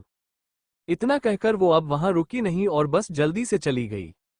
वहीं अक्षत वो बस उसे जाते हुए देखता रह गया। उसे पता नहीं क्यों पर नव्या के दूर जाने पर अपने दिल में कुछ डूबता हुआ महसूस हुआ। इधर आहना ने कहा, ओ हेलो, कहाँ ध्यान है तुम्हारा? तो अक्षत ने जोर से नजरें हटा अपना सिर नामे हिलाया और अब आहना से पूछा, कहो, क्या डिस्कस करना था? आहना ने उसे बताते हुए कहा, मॉरिशस के बारे में डिस्कस करना है। जो लैंड वहां पर मेरे डैड और तुम्हारे डैड ने लेने का सोचा था उसी की मीटिंग फाइनल हो गई है। मीटिंग नेक्स्ट वीक है और अगर सब कुछ ठीक रहा तो मेरा ड्रीम प्रोजेक्ट कंप्लीट होने से कोई नहीं रोक सकता मुझे। अक्षत ने ये सुन उसे बधाई देते हुए कहा, कॉन्ग्रेचुलेशंस। आहना ने खुश होते हुए कहा, हाँ, वो सब तो ठीक है, जैसा कि ये प्रोजेक्ट पहले डैड और अंकल करने वाले थे पर अब हम दोनों कर रहे हैं तो हम दोनों को ही मॉरिशस जाना होगा, इसलिए मैंने तुम्हें पहले ही बता देना ठीक समझा। अक्षत उसकी बात सुनकर कुछ सोच में पड़ गया। इधर नव्या वो गुस्से में वापस अपनी जगह पर आकर बैठ गई। अक्षत का यूं आहना के गले लगे देखकर उसका दिल एक बार फिर हिकारत से भर गया था और उसकी आंखों में नमी बनाई जिसे उसने पास बैठी रावी से जल्दी से छुपाते हुए खुद से कहा, मैं क्यों सोच रही हूं इतना, वो तो है ही ऐसे। रावी ने नव्या को बड़बड़ाते हुए देख उससे पूछा, क्या हुआ नव्या, कुछ कहा क्या तुमने? नव्या ने उसकी बात सुन अपना सिर हिलाते हुए कहा, नहीं तो।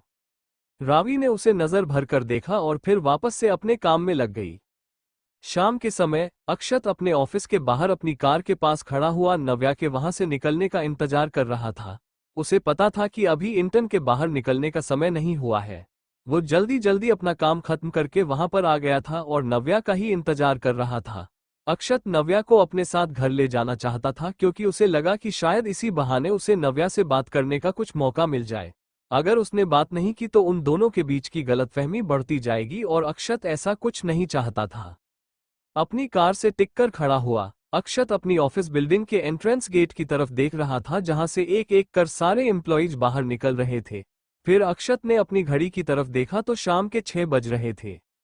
टाइम देखकर अक्षत ने कहा, ये सारे लोग तो निकल रहे हैं, नव्या कहाँ रह गई? अपने आप से यह बोल ही रहा था कि तभी उसे रावी वहां से बाहर निकलती हुई नजर आई। रावी को आते देखकर अक्षत सीधा होकर खड़ा हो गया और काफी ध्यान से उसकी तरफ देखने लगा। जब रावी उसे अकेले ही बाहर आती हुई नजर आई तो अक्षत का चेहरा एकदम लटक गया। वो मायूस हो गया और थोड़ा सा कंफ्यूज होकर उसने अपने आप से कहा, यह नव्या कहाँ रह गई? वह तो रावी के साथ ही आती है ना, तो फिर अभी अकेले क्यों है? इतना बोलते हुए अक्षत सीधा रावी के पास आया और उसने कहा, रावी तुम अकेले हो? नव्या कहाँ है? वो तुम्हारे साथ क्यों नहीं आए? अभी तक ऑफिस में ही रुकी है क्या? रावी के सामने आकर खड़े होते हुए अक्षत ने उससे सारे सवाल पूछ डाले। रावी पहले तो उसे देख और उसकी आवाज सुन चौंकी, पर फिर उसने कहा, अरे नहीं, वह नव्या तो आधे घंटे पहले ही निकल गई थी। उसने अपना काम खत्म कर लिया था तो मैनेजर सर से पूछकर जल्दी चली गई थी। मेरा काम खत्म नहीं हुआ तो मुझे रुकना पड़ा। रावी ने उसे बताया तो अक्षत गुस्से में जमीन पर पैर पटकते हुए बोला, शिट। अक्षत को ऐसा करते देख रावी ने उसकी तरफ देखते हुए पूछा, क्या हुआ सर? सब ठीक तो है ना आप दोनों के बीच? मेरा मतलब है, कोई ज्यादा बड़ी बात तो नहीं हुई है ना? रावी के इस तरह से पूछने पर अक्षत को समझ आया कि शायद वो कुछ ज्यादा ही ओवर रिएक्ट कर रहा था। उसने रावी की तरफ देखकर जबरदस्ती की स्माइल करते हुए कहा, नहीं, कुछ नहीं, ऐसा कुछ नहीं है। मैंने तुम्हें बताया था ना, हमारी लड़ाई हुई है।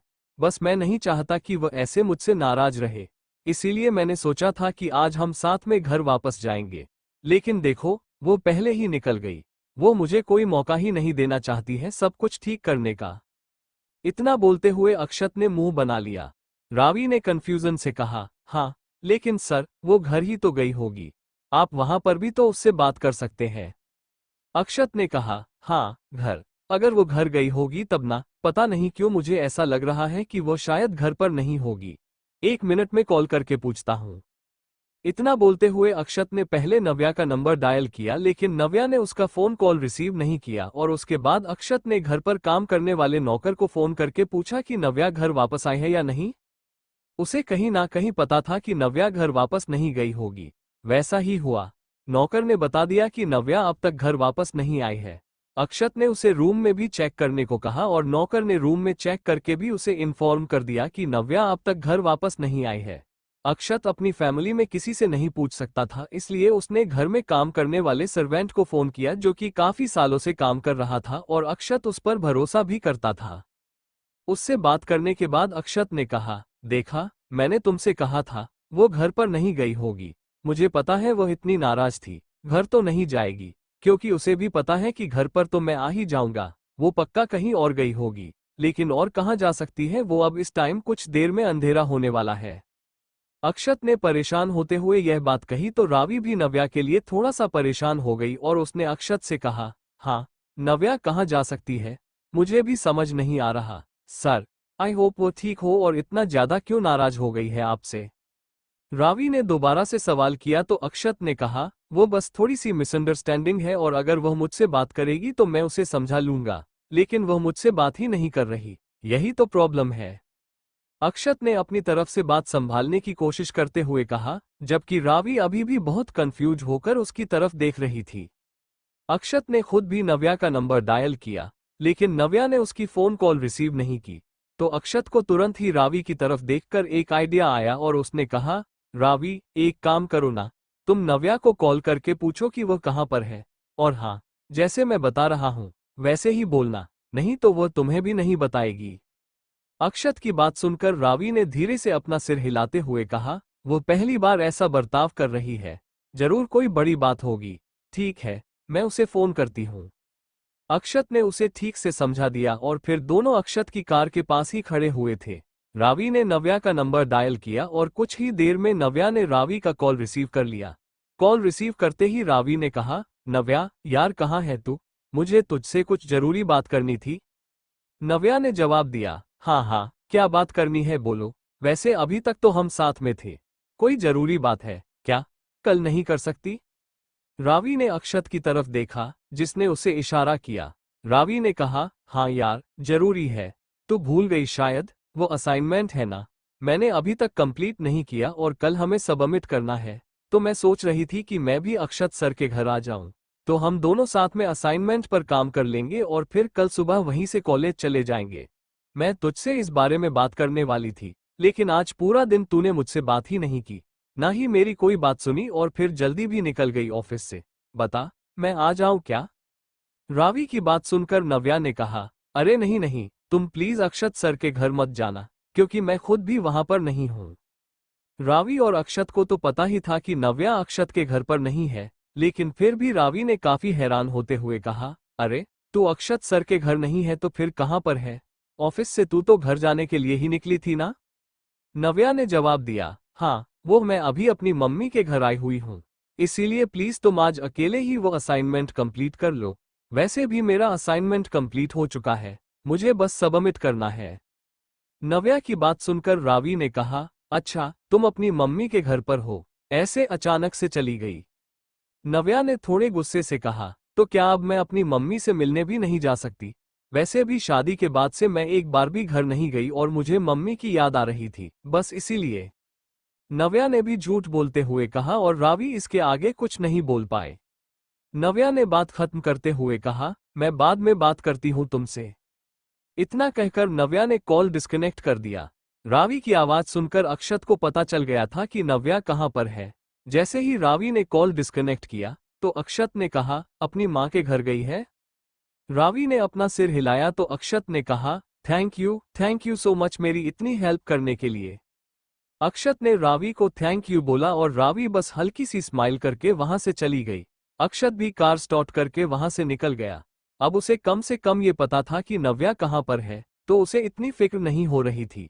रावी के मन में भी तसल्ली हो गई थी। रावी के जरिए नव्या का पता चलते ही अक्षत को जैसे राहत मिली थी कि वो सेफ है और कहीं नहीं अपने मां के घर गई है। उसने भी अब अपनी कार घुमाई और बस सजन चले ससुराल, यानी अक्षत सीधे नव्या के घर के लिए निकल पड़ा था। इधर नव्या आज 2 महीने से भी ज्यादा टाइम के बाद अपने घर वापस आ रही थी, इसलिए वो काफी ज्यादा नर्वस फील कर रही थी और उसके पापा के डेथ के बाद से कभी भी वो घर उसे अपना सा नहीं लगा, लेकिन आज पता नहीं क्यों बहुत ही ज्यादा अनजाना सा लग रहा था और कुछ अलग सी घबराहट भी उसके मन में थी। उसे अपनी मां से तो मिलने का मन कर ही रहा था, लेकिन उसके और अक्षत के बीच में कल रात जो कुछ भी हुआ और उसके बाद सुबह से लेकर ऑफिस में जो कुछ भी हुआ, उसके बाद से पता नहीं क्यों नव्या अक्षत के साथ टाइम स्पेंड नहीं करना चाहती थी, इसीलिए उसे अवॉइड करने के लिए वो यहाँ पर आ गई और उसे पता था अक्षत यहाँ पर तो नहीं आने वाला और यहाँ पर कुछ दिन वो सुकून से रहेगी और उसके बाद उसे क्या करना है यह वह बाद में सोचने वाली थी। अपनी घबराहट को नॉर्मल करते हुए नव्या ने अपने आप से कहा, क्या ही होगा, ज्यादा से ज्यादा ताऊ और ताए जी मुझे बातें सुनाएंगे तो मैं सुन लूंगी, वैसे भी मुझे तो आदत है, पहले भी उनकी सुनती थी और उसके बाद वहां अक्षत के घर पर अक्षत की माँ और भाभी और अक्षत ने भी तो मुझे इतना सुनाया है, मुझे तो ऐसा लगता है मेरा तो जन्म ही लोगों की बातें और कहानी सुनाने के लिए हुआ था, वह भी बिना कुछ किए। जब मेरी गलती नहीं होती तब भी मुझे ही बातें सुननी पड़ती है। ये बात बोलते हुए नव्या के चेहरे पर एक दर्द भरी मुस्कुराहट आ गई और अपने आप को समझाते हुए आखिर उसने घर के दरवाजे पर हाथ रखा और दरवाजा खुला हुआ था, क्योंकि घर इतना बड़ा नहीं था। इस वक्त ज्यादातर लोग वहां लिविंग एरिया में ही होते थे जहां से दरवाजे सामने ही नजर आता था, तो सोने के टाइम से पहले कोई जल्दी दरवाजा लॉक नहीं करता था। नव्या को ये बात पता थी, इसीलिए उसने दरवाजा नहीं खटखटाया और सीधे ही दरवाजा खोलकर वो घर के अंदर आ गई, लेकिन जैसा कि उसने सोचा था ज्यादातर लोग वहां पर घर के लिविंग एरिया में ही थे और नव्या को ऐसे अचानक से दरवाजे पर देखकर सब हैरानी से उसकी तरफ ही देखने लगे। नव्या को देखते ही सबने एक दूसरे की तरफ देखकर धीमी आवाज में खुसर फुसर करना शुरू कर दिया। नव्या कुछ कदम चलते हुए अंदर आई, उसने भी उसी तरह नर्वसनेस से बाकी सबकी तरफ देखा और तभी उसकी कजिन बड़ी बहन पूर्वी आगे जाकर उसके गले लग गई। पूर्वी ने शिकायत करते हुए कहा, नव्या तुम यहाँ पर अचानक, सच में बहुत मिस किया मैंने तुम्हें, वैसे तुम्हें तो मेरी याद आई ही नहीं होगी, एक भी दिन फोन कॉल नहीं किया तुमने मुझे। पूर्वी की बात सुनकर नव्या को समझ नहीं आया कि वह क्या बोले, इसलिए पहले वो उससे थोड़ा सा दूर हुई और पूर्वी की तरफ देखते हुए उसने कहा, नहीं नहीं दी, ऐसी बात नहीं है, वो बस मैं। नव्या अपनी बात बोल ही रही थी कि तब तक नव्या की माँ भी वहां पर आ गई। अपनी माँ को देखकर नव्या काफी ज्यादा इमोशनल होकर उनकी तरफ ही बढ़ गई, तो फिर पूर्वी ने भी कुछ नहीं कहा। नव्या अपनी माँ के गले लगी और उसकी माँ ने सिर पर हाथ रखते हुए पूछा, कैसे आए हो बेटा, और किसके साथ आए हो? नव्या उनकी बात सुन खामोश रही तो उन्होंने उसके सिर पर हाथ फेरते हुए कहा, वैसे अच्छा ही किया आकर, तुम्हें देखकर बहुत अच्छा लगा, मेरा भी तुमसे मिलने का मन कर रहा था, अच्छा हुआ तुम आ गई, कम से कम अब तुम्हें समाने बैठा कर 2-4 अपनी मन की बात तो कह पाऊंगी, या तुमसे पूछ सकूंगी कि तुम खुश तो हो ना मेरी बच्ची। नव्या अपनी माँ के गले लगी हुई थी और उसकी माँ ने जैसे ही यह बात बोली पीछे से उसकी ताई जी ने ताना मारते हुए कहा, हाँ हाँ खुश क्यों नहीं होगी, इतने बड़े घर में शादी जो हुई है, इतना अमीर पति मिला है, इसे खुश नहीं होगी तो क्या दुखी होगी। नव्या की मां ने अपनी जेठानी से रिक्वेस्ट करते हुए कहा, भाभी आप ये सब क्या बोल रही हैं, वो इतने दिनों के बाद आई है। ताई जी ने उनकी बात काटते हुए कहा, कितने भी दिनों बाद आए, जो कांड करके गई थी वो थोड़ी ना भूल जाएंगे हम सब, किस तरह इसने अपने प्रेमी को बुला लिया था शादी पर और उसके बाद से कितनी बातें बनी है, तुझे क्या पता, तू तो दिन भर घर में ही रहती है, बातें तो हमें सुनाई पड़ती है, क्यों जी? ताई जी ने अपने पति की तरफ देखते हुए कहा और नव्या के ताऊ ने भी इस बात पर हाँ में अपना सिर हिला दिया। नव्या को वहां पर देखकर वह भी कुछ खास खुश नहीं लग रहे थे, लेकिन अपनी पत्नी के जैसे वो सीधी तरह कुछ बोल नहीं पाए। नव्या की मां फिर से कुछ बोलने वाली थी उसकी तरफ से, लेकिन तभी नव्या ने अपनी मां का हाथ पकड़कर उनकी तरफ देखा और धीरे से नहीं मैं अपनी गर्दन हिला दी, वह उन्हें कुछ ना बोलने के लिए इशारा कर रही थी। नव्या की मां भी ज्यादातर चुप ही रहती थी क्योंकि उनके पति अब इस दुनिया में नहीं थे और वह पूरी तरह से अपने जेठ जेठानी और उनके बच्चों और परिवार के सहारे ही इस घर में रह रही थी। नव्या की शादी के बाद तो उनकी जिंदगी में कोई भी नहीं बचा था, इसीलिए वो पूरी तरह उन लोगों पर निर्भर थी और ज्यादातर उनकी बातें ही सुनती रहती थी। नव्या को भी यह बात अच्छी तरह से पता थी, इसलिए वह नहीं चाहती थी कि उसकी माँ उसके लिए कुछ बोले जिससे कि बाद में उन्हें प्रॉब्लम हो जाए।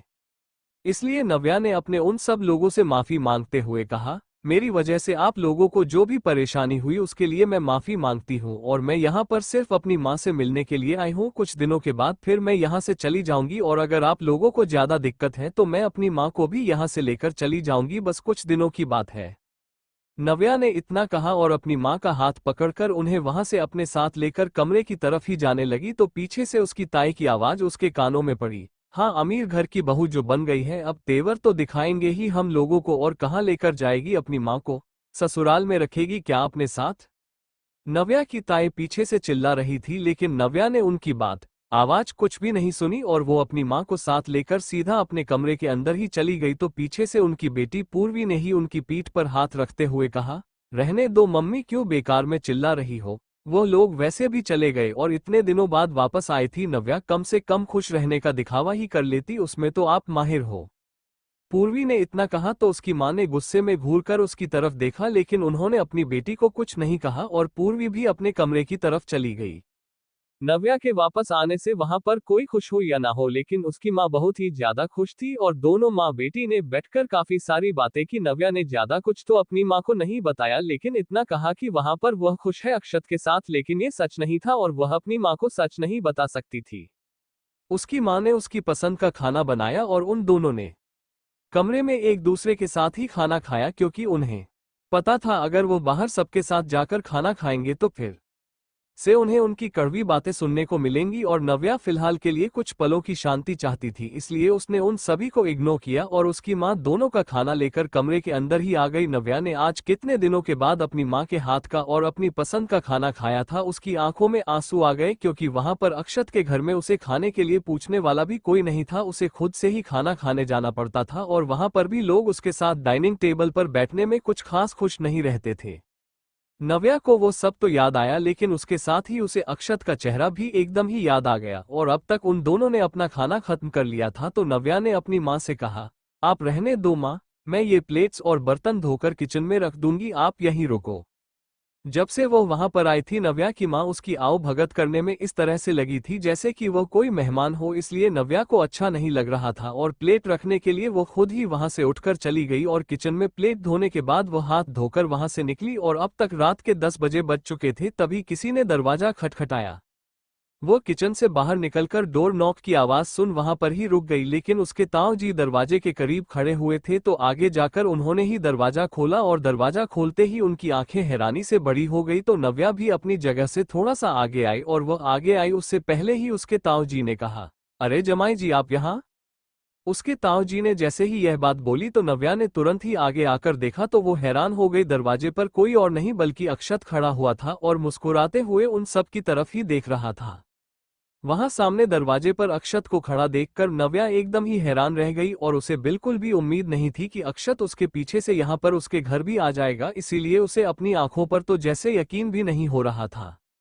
अक्षत की नज़र जैसे ही सामने खड़ी नव्या पर पड़ी उसके चेहरे पर प्यारी सी मुस्कुराहट आ गई, क्योंकि इतनी देर से वह नव्या को देखने और उससे मिलने के लिए ही बेचैन हो रहा था, इसीलिए जैसे उसे पता चला था कि वह यहाँ पर है वो अपने घर जाने की वजह सीधा यहाँ पर ही आ गया था। वो दोनों एक दूसरे की तरफ ही देख रहे थे, लेकिन अभी तक उन दोनों में से किसी ने कुछ भी नहीं बोला था क्योंकि बाकी सारे लोग भी वहां पर थे और अपने ताऊ ताई जी के सामने नव्या ऐसा कुछ भी नहीं बोलना चाहती थी जिसका फायदा वह लोग बाद में उठाएं। अक्षत को अभी भी दरवाजे पर खड़ा देखकर उसके ताऊ जी ने कहा, अरे जमाई जी आप अभी कब आए? और वहां क्यों खड़े हैं, अंदर आइए ना। और फिर अपनी पत्नी की तरफ देखते हुए बोले, तुम ऐसे क्या खड़ी हो, जाओ जाकर आरती की थाली लेकर आओ, पहली बार जमाई जी घर आए हैं। अपने पति की बात सुनकर नव्या की ताई तुरंत ही आरती की थाली लेने के लिए मंदिर की तरफ गई तो नव्या को उन लोगों के ऐसे हाव भाव बिल्कुल समझ नहीं आए क्योंकि उनके तो सुर ही एकदम बदल गए थे ऐसे अक्षत को सामने देखकर, जबकि नव्या के आने पर वो दोनों ही कुछ खास खुश नहीं लग रहे थे और अक्षत के आने पर तो ऐसा लग रहा था जैसे कि अभी खुशी से नाचने लग जाएंगे। नव्या ने अपने मन में कहा, अक्षत यहाँ क्या कर रहे हैं, इस वक्त क्या जरूरत थी इन्हें यहाँ पर आने की, और यह मेरे ताऊजी ताईजी कोई भी मौका नहीं छोड़ते ऐसी हरकतें करने का। अपने मन में इतना सोचते हुए नव्या आगे चलकर दरवाजे की तरफ आई। उसने धीमी आवाज में अक्षत की तरफ देखकर कहा, अक्षत आप यहाँ क्या कर रहे हैं, जाइए यहाँ से। घर के सारे लोग अब तक वहां पर इकट्ठा हो गए थे। नव्या की मां और उसकी बड़ी बहन पूर्वी भी वहां पर थी, लेकिन ताऊ जी की नजरें नव्या और अक्षत पर ही जमी हुई थी। लेकिन नव्या ने यह बात इतनी धीमी आवाज में कही थी कि थोड़ी दूर पर खड़े किसी को भी वो बात सुनाई नहीं देती, सिर्फ अक्षत ही उसकी बात सुन पाया था। लेकिन नव्या की बात सुनकर जानबूझकर इग्नोर कर अक्षत ने खुद ही घर के अंदर आते हुए कहा, अरे हाँ नव्या, वही तो मैं भी बोल रहा हूँ, क्या जरूरत है इन सब फॉर्मेलिटीज की, और वैसे भी मैं तो बस तुम्हें लेने आया हूँ, तुम्हें लिए बिना थोड़ी ना जाऊंगा। इतना बोलते हुए अक्षत ने नव्या का हाथ पकड़ने की कोशिश की तो नव्या तुरंत ही पीछे हो गई और अक्षत उसकी तरफ देखकर हल्का सा मुस्कुराया। अक्षत अब तक घर के अंदर आ ही गया था तो उसके ताऊ जी ने कहा, अरे हम तो बस आपका अच्छे से स्वागत करना चाहते थे, लेकिन अब आप अंदर आ ही गए हैं तो आइए बैठिए। और नव्या बेटा तुम यहाँ क्या खड़ी हो, जाओ जमाई जी के लिए कोल्ड ड्रिंक लेकर आओ और नाश्ता भी।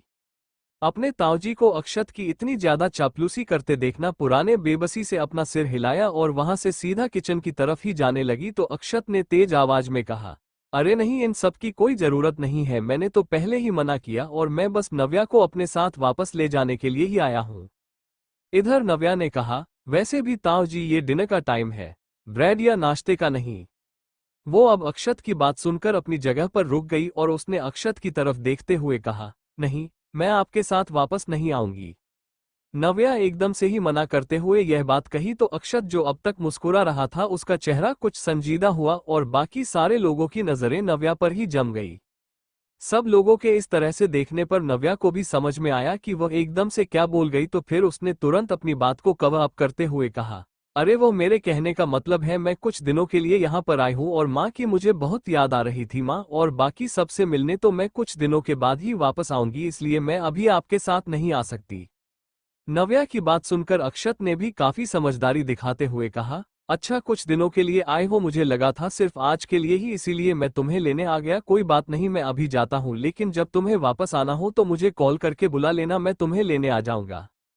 इतना बोलते हुए अक्षत अपनी जगह से उठकर खड़ा हो गया तो नव्या ने भी राहत की सांस लिया और अपने मन में कहा, चलो अच्छा है ये वापस जाने के लिए मान गए, मुझे तो लगा था मुझे साथ ले जाने की जिद ना करें कहीं है, क्योंकि मेरा आज अक्षत के साथ जाने का बिल्कुल भी मन नहीं था, इसलिए तो मैं यहाँ पर आई और मुझे अभी अक्षत के साथ नहीं रहना है।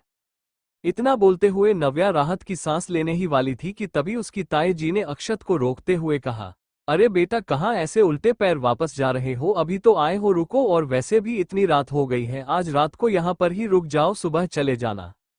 अक्षत के दिमाग में तो ये बात आई ही नहीं थी कि वह वहां पर नव्या के साथ रुक भी सकता है, इसलिए जैसे ही उसकी ताई जी ने अक्षत को यहाँ पर रुकने के लिए कहा तो अक्षत को तो जैसे एक मौका मिल गया नव्या के साथ और टाइम स्पेंड करने का, इसलिए उसने पहले थोड़ा नानुकुर किया लेकिन फिर आखिर में अक्षत ने उनकी बात मानते हुए कहा, अच्छा ठीक है अगर आप लोग इतना रोक रहे हैं तो फिर एक दिन तो मैं रुक ही सकता हूँ। इतना बोलते हुए अक्षत ने शरारत से मुस्कुराकर नव्या की तरफ देखा तो नव्या ने गुस्से में अपने दांत पीस लिया और तुरंत ही वहां से जाने लगी, लेकिन उसकी मां ने उसे रोकते हुए कहा, नव्या बेटा अकेले कहाँ जा रही है, अक्षत बेटे को भी साथ लेकर जाना, मैं उनका खाना पीना सब कमरे में ही भेजती हूँ, सबके सामने खाने में शायद उन्हें अच्छा ना लगे, हम सब तो वैसे भी खा चुके हैं। नव्या की मां ने उसे समझाते हुए कहा तो फिर नव्या भी अकेले ही वहां से अपने कमरे में नहीं जा पाई और ना चाहते हुए भी उसे अक्षत की तरफ आना पड़ा और अक्षत नव्या को ऐसे देखकर मन ही मन खुश हो रहा था और उसने अपने आप से कहा, चलो अच्छा है, कम से कम मुझे आज एक मौका तो मिल जाएगा नव्या के साथ रहकर उससे बात करने के लिए, और जब तक बात नहीं करूंगा उससे मनाऊंगा कैसे बेवजह रूठ कर बैठी है और यहाँ पर चली आई क्या मुझे पता नहीं है, वह मुझसे नाराज है इसलिए यहाँ पर आई है, माँ की याद और बाकी सब तो बहाना है, इतने दिनों में तो इसे किसी की याद नहीं आई।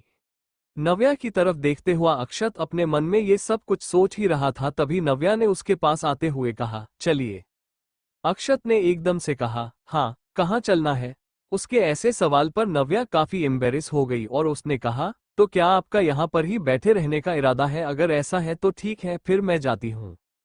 इतना बोलकर वह जैसे ही आगे बढ़ी अक्षत जल्दी से उठकर उसके ही पीछे आ गया और नव्या के पीछे पीछे उसके साथ उसके कमरे में आ गया। Thank you for listening. मुझे उम्मीद है आपको ये स्टोरी पसंद आई होगी।